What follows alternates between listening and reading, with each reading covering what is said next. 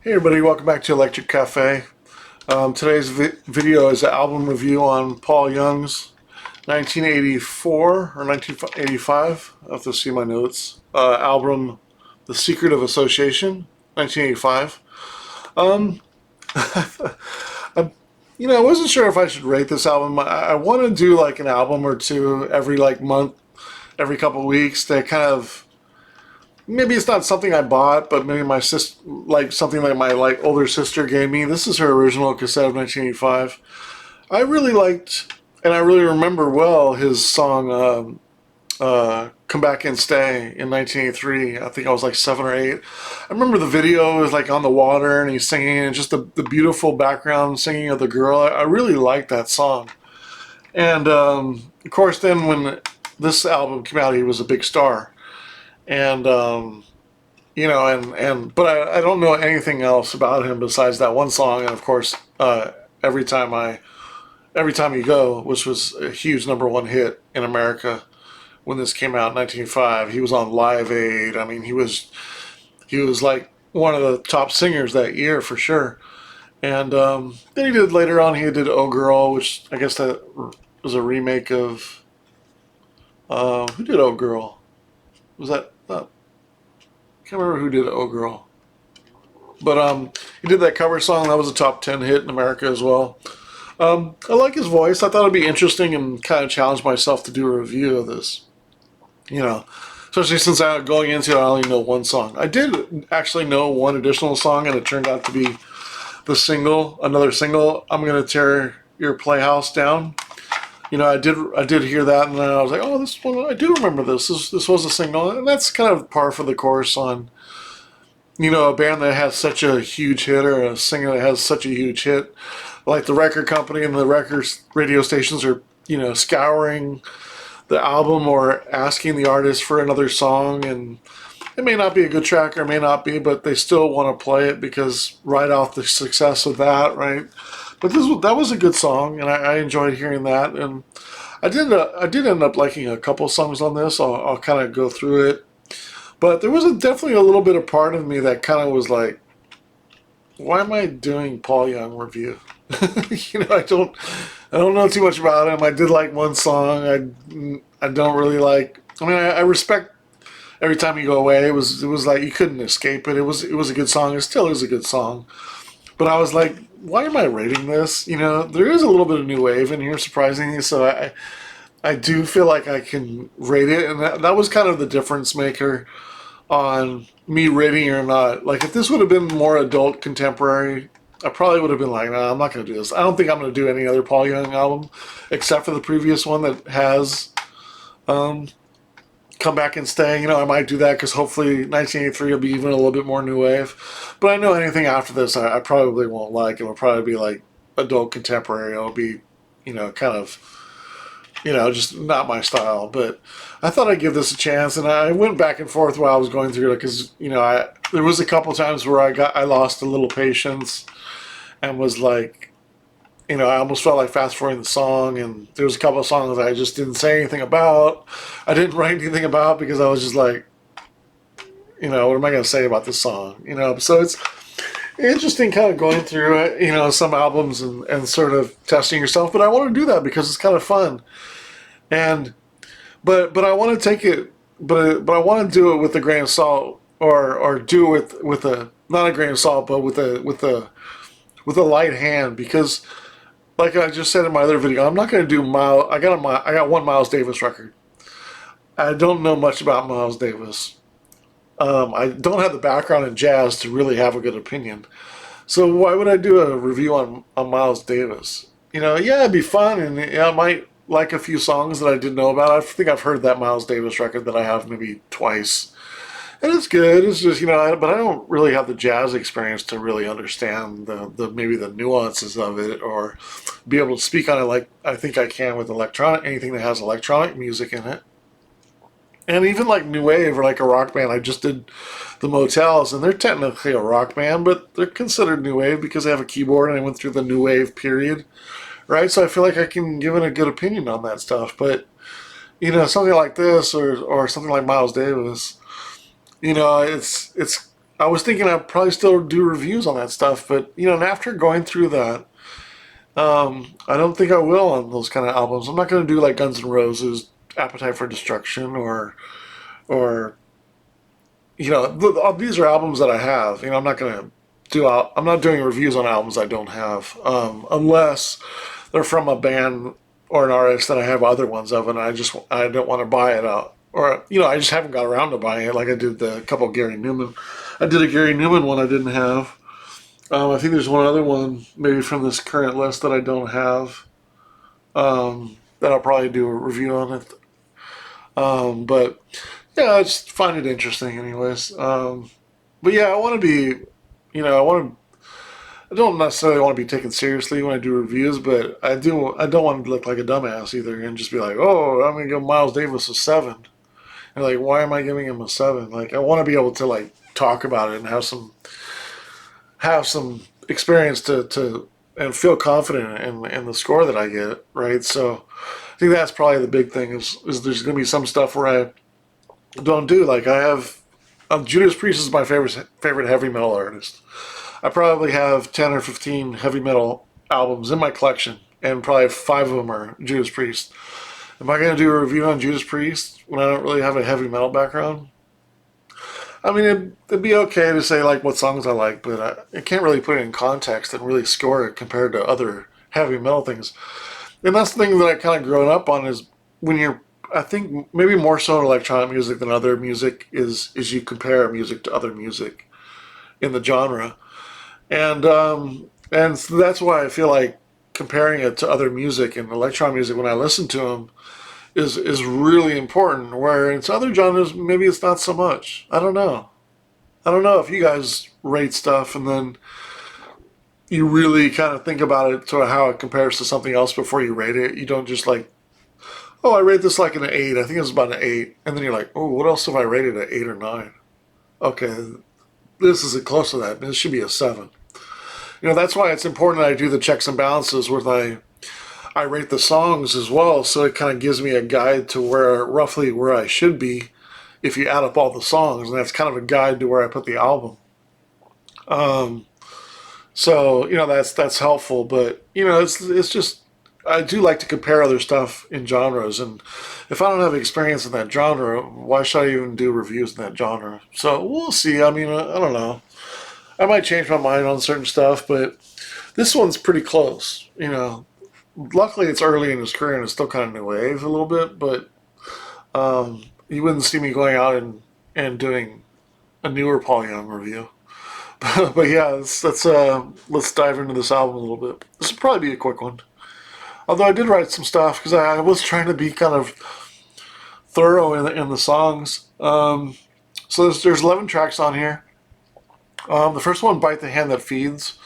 That's kind of a silly name. Who would write a song it's called "Bite the Hand That Feeds"? I don't know. The bridge of the song is pretty good. The chorus is kind of cheesy. I gave it a 1 star. It's okay. Second track, "Every Time You Go Away," obviously is the classic song. The music's good. It's one of those slow songs. You know, like probably the best slow song of the year. I don't know. You know what I mean? Like it's on that level to where it's probably like a all time, slow song ballad. You know what I mean? It's like um, what's that song by Christopher, "Lady in Red"? It's kind of like that song. It's just like I would say like a high school prom dance song, but it's kind of like on that level where it's just kind of a classic. And that's not a bad or good thing. It's just kind of a classic for what it is. The album version is a little bit more raw than the actual version I remember being on the radio all the time. This version is a little bit more raw. It's a little bit longer. Um, Actually, towards the end, it gets a little bit more melodic. It's not as polished again as the original version. I gave it 3.5 stars. It's my favorite song on the album. Um, if considering like how much I like it, I would probably say like 2.5 or 3 stars, somewhere in that range. But considering what it is, and it is a really good, well composed, sung, everything. You know, I gave it a little. I gave it a little bit of bonus because it is what it is. It is a great song. I mean, you can't deny it.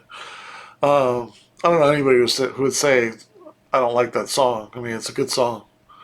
I don't know how anybody could say it wasn't a very good song and rated under 3 stars, even if they hated popular music. Um, Track three. This was the song that I listened to this album and I was like, oh, I remember that album. Track three is I'm gonna tear your playhouse down. I like it. It's funky. It almost sounds like the Gap Band or something like that. It has like some early like funk in it and sort of sounds like a 81 to 84, like not necessarily like Cool in the Gang or something like that, but kind of verging on like the Gap Band, a little bit more funky, which is cool. Sounds like a Moog in it, which is cool. There's also some kind of cheesy keyboard sounds in there. I think probably around 1985, there's a lot of bands in around 1985 that kind of like, especially upbeat songs like this, that kind of throw in like these new because everybody's got a keyboard in 1985 in a studio, and they're all kind of like playing around with songs.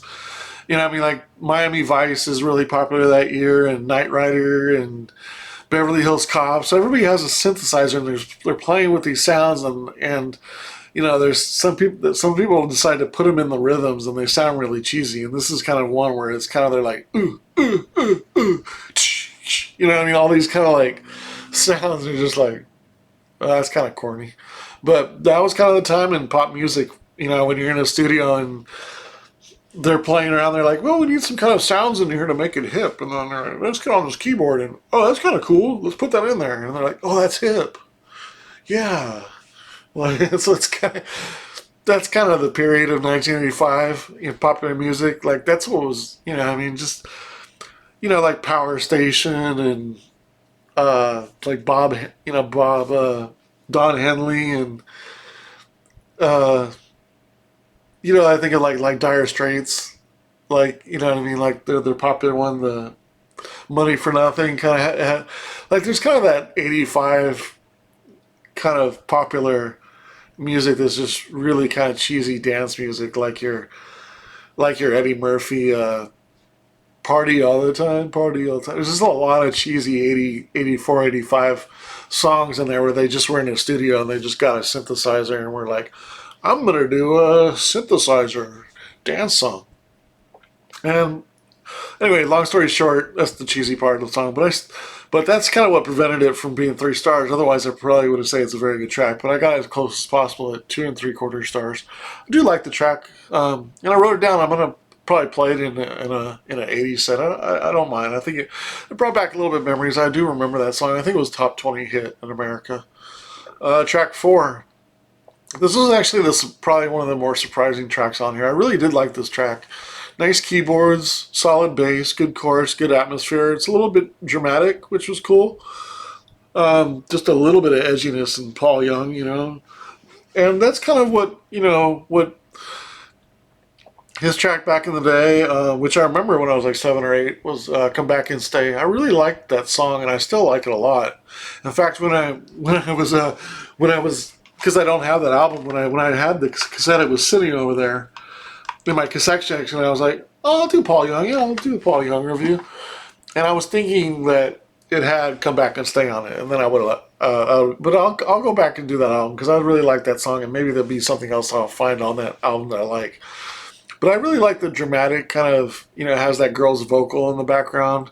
I still remember the video there. He's like singing, like on this like cliff, and I think the girl has like a shroud over her head or something like that, and she's like that, and singing the higher like octaves of the melody and stuff like that. A really great song. I love that song, and yeah, I put down "Standing on the Edge" and "I'm Gonna Tear You Down." I put it down in I wrote it down in my new wave playlist. I might play those tracks out at like a new wave event just for fun. It's nice to be well rounded and play and find some stuff. So I'm glad I listened to the album because I did find 2 tracks that I liked that I didn't know about. One that I had remembered that I actually did know back when this came out, and then a new one. So I'm happy that I listened to it. Now the rest of the album is rough. 5 to 11 is rough. Now 5 has some opportunity, some potential. Soldiers things, the track's called. It takes some patience to listen to. It's like pushing. It's like 6 minutes and 20 seconds, which is kind of long for a Paul Young song. It's a little bit slower pace. It's got good atmosphere. It sort of sounds like a blues or like a sea shanty, which is I really had to pull that one deep out. Like, what does it sound like? It sounds like a drinking song. No, it's not like a pub song. It's a sea shanty. I was like, it took me back to like being in a record store and like sometimes I go through old records and I had like a lot of the record stores I've worked at, they always have like an international section. But sometimes you can find some really interesting stuff and really cool stuff, and definitely you find some really cool like cover art. Like sea shanties. I mean, how cool would that cover be? In fact, I remember the last record store I worked at, there was a sea shanties record. Well, I know I did take the record home, and in fact, I do have it. But I'm trying to think if I have the cover or not. Um, yeah, I did. I think I do have the cover. Um, I always thought it was a cool jazz, but now that I'm thinking about it, and then I was thinking of sea shanties, I think it actually is a sea shanties slash cool jazz record, or Pacific jazz, I guess the right style of form of music that is. But there is some sea shanties on that. And it has and the reason why I got it was because the cover of the album is really kind of cool. And so I have a lot of cover art in my bathrooms and around, and even if it's avant-garde and stuff, even if it's the album that I don't listen to, like I don't like necessarily like Yes or really even Asia, but I like the cover work. So I got like 5 of their cover covers out because the covers of Asia albums and Yes albums are so cool. I love the artwork on those. But but yeah, this song "Soldiers Things" it kind of sounds like a sea shanty, but I feel like it does have potential. Like if I heard it like a few times, I think I would like it. But it's a good song. I gave it 2 stars, but I felt like I could have probably in a couple more listens maybe liked it a little bit more. Now the rest of the album is really a big opportunity, and just running out of ideas and just poor songs, and I'm losing patience. I'm getting a little tired listening to Paul Young by the 6th song. Number 6, Everything Must Change. It's not bad. It's just too poppy. Not really feeling the kind of country sound to it. Like, just for obvious reasons, I don't really like country music. Um, the guitar is really bad. I give it a half star. I may give it a half star just because of the guitar. I'm not sure. I'm reading my notes, but I put guitar, and then I put 1.5 as the overall rating. So I'm not sure if I'm saying the guitar is bad in the song or if it's what saved it from getting no stars. But whatever. It's not a good song. Half star. Track 7, Tomb of Memories. I think this was actually a single. If I'm not mistaken, this actually charted in UK. Um, this is the other thing about Paul Young and I know this from his career, like doing the Oak Grove song stuff, and I think he did like some Motown stuff and sort of like some soul and stuff, and he was kind of that. Oh, this guy has a good voice. Which genre should we put him in? Okay, and he's not really new wave. We can't put him in that anymore. He had a big slow song in Every Time You Go Away. So is he adult contemporary? Well, actually, should we put him in country music, or he's got a little twang to his voice, or and I don't know if they try to do one country song in here, and then on Tomb of Memories they sort of put him in like a Motown song, and that didn't work for me either. Maybe later in his career is a little bit better in Motown. He's a good singer. I can see him singing some Motown songs, but I don't really like Motown. To tell you the truth, I mean, I may like some like uh, songs by like Diana Ross and the Supremes and stuff like that, but there's not going to be too much Motown or stuff I like besides like Marvin Gaye and stuff like that. There's not going to be too, especially I don't like the 50s kind of Motown stuff, and I'm not really a doo-wop fan or anything. But this country, I mean, this Tomb of Memories just sounds very Motown, and it's kind of low key. The keyboards aren't bad, but it's kind of flat overall. I gave it 3/4 of a star, so just under okay. Track number 8, One Step Forward. Wasn't much of a step forward. It's not bad. It's a better overall song, I feel like, but I do like the soft and melodic sound a little bit more on this one. I gave it 1.5 stars. So it's almost good, on the way to good. Better than okay. Track 9 is probably the worst track, and you could probably tell from the title of the song. It's called Hot Fun. Why would you name a song called Hot Fun? That's so corny. I put this maybe trying too hard. The drums suck really bad here, really bad. I think I put this in the notes. Like the producer was probably feeling like we needed a dancey hit to really grab him. You know, like I felt like like there's a points on this album where he was probably pressured from the producer to try different things. Again, there's like dancey songs. There's like a Motown. There's a country song. Sounds like a sea shanty song in here. There's a ballad in here. I mean, there's just like they're trying everything on this album. They don't know what songs to give him, what songs he can sing to. I'm not sure how many of these songs he wrote. Hot Fun, the bass is all over the place. Just not a good song at all. I gave it a 0. It's a really poor song. And so after this, I just wrote on track 10. My attention span is really being tested now, and I didn't write anything on track 10. I just said, this track's called "This Means Anything," and this track means nothing. I gave it a 1/2 star. Jeez. Track 11, "I Was in Chains."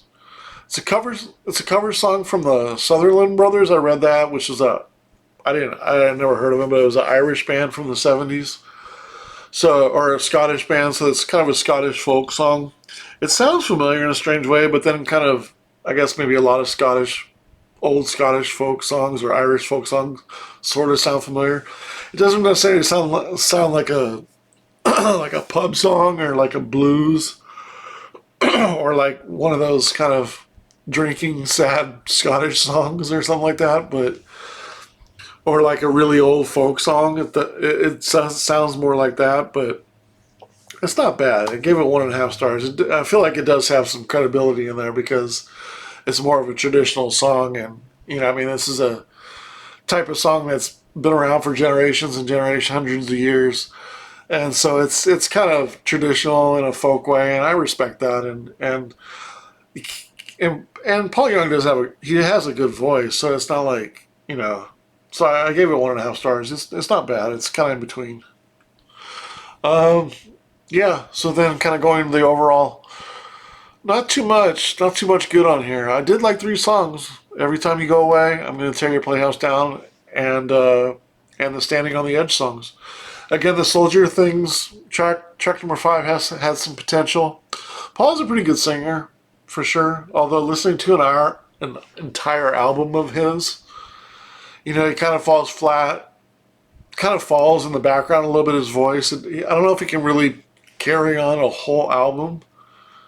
I don't know if he's that good of a singer to really carry a full album by himself, but, it's just, sometimes his voice kind of falls in the background and he doesn't really, you're kind of like, I don't know, it's like you can't really relate to his voice a little bit.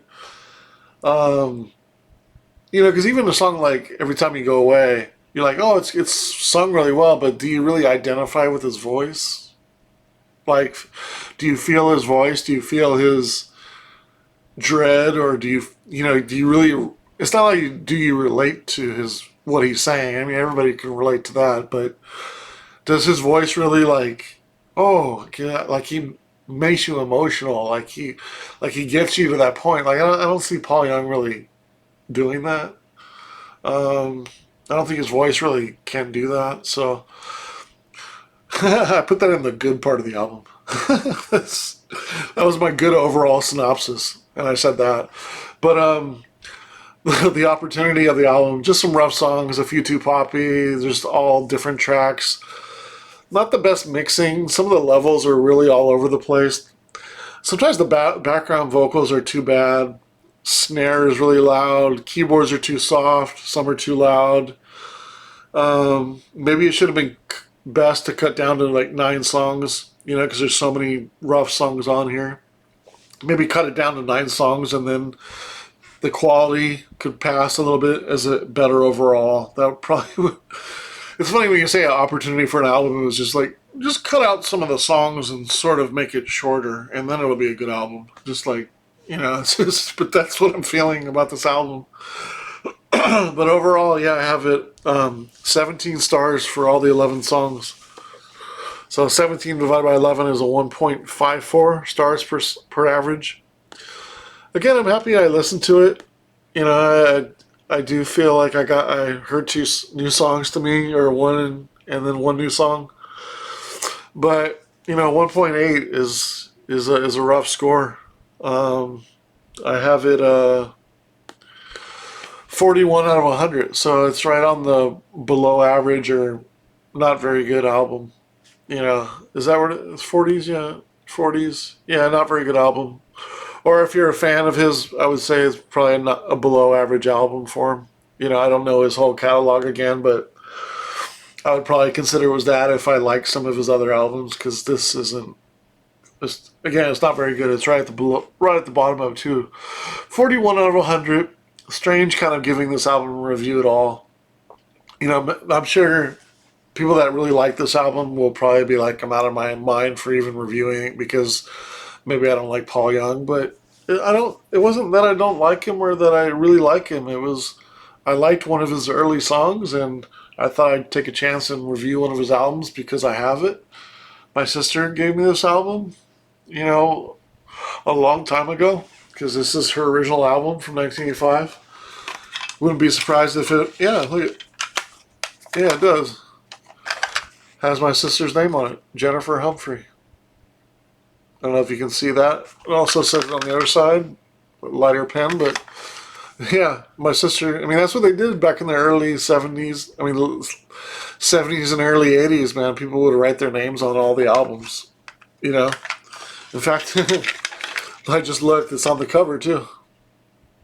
So it's funny, so funny I just pulled that out and it was actually on there because I was thinking about it. I wonder if it has her name in it because I know some of her records do past, and just she's given me her cassettes over the years and just there was the time where I kind of took some records and then there was a point where she just kind of gave me all her records. I think she stopped buying records in like 1989. I think she got married in like 1990, so she gave me all of her old cassettes and her old records and stuff at that time. This was even before she bought CDs. But she kind of, she was very, my older sister was very influential in my music taste. I was the youngest of 4 siblings. This is my oldest sister, so she got me into like Smiths and Pet Shop Boys and English Beat, everything from Duran Duran to everything.